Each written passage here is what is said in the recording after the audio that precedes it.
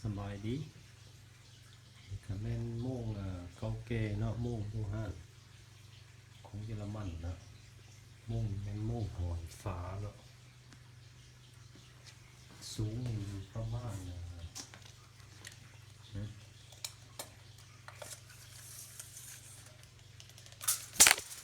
ประมาณเท่าไหร่เนาะความสูงประมาณเกือบ70 เซนติเมตรเนาะกว้างประมาณ17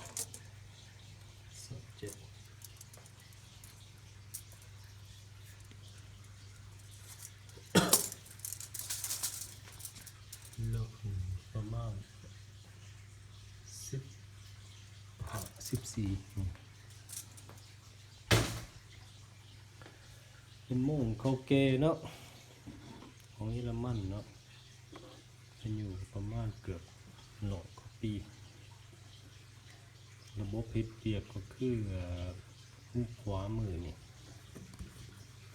นั่นเครื่องจักรมันเนาะมีกุญแจข้างซ้ายระบบเสียงแลนทุกๆ8 มือมันจะหยุด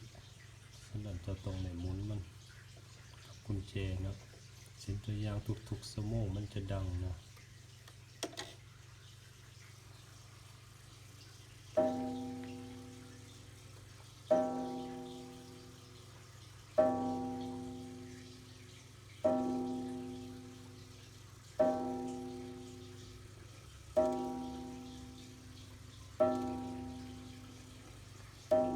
11 โมงมันดัง11 เทื่อเนาะ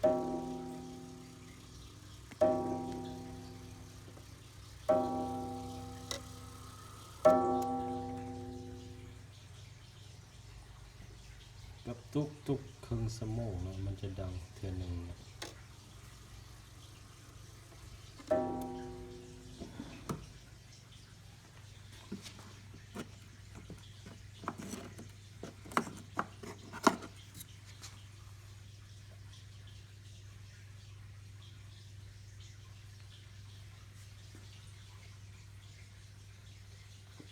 เป็นไม้เนาะ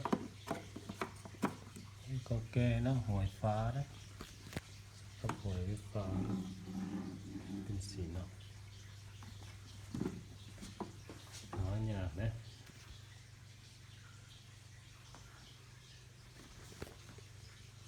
เนาะสนใจติดต่อเนาะสนใจ